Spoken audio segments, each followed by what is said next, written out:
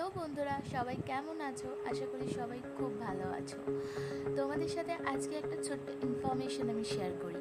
সেটা হচ্ছে যে আমার লোকেশন যেখানে আমার লোকেশনটা বলছি না, কিন্তু আমি হোম ডেলিভারি করে থাকি হাওড়া থেকে মগরার মধ্যে।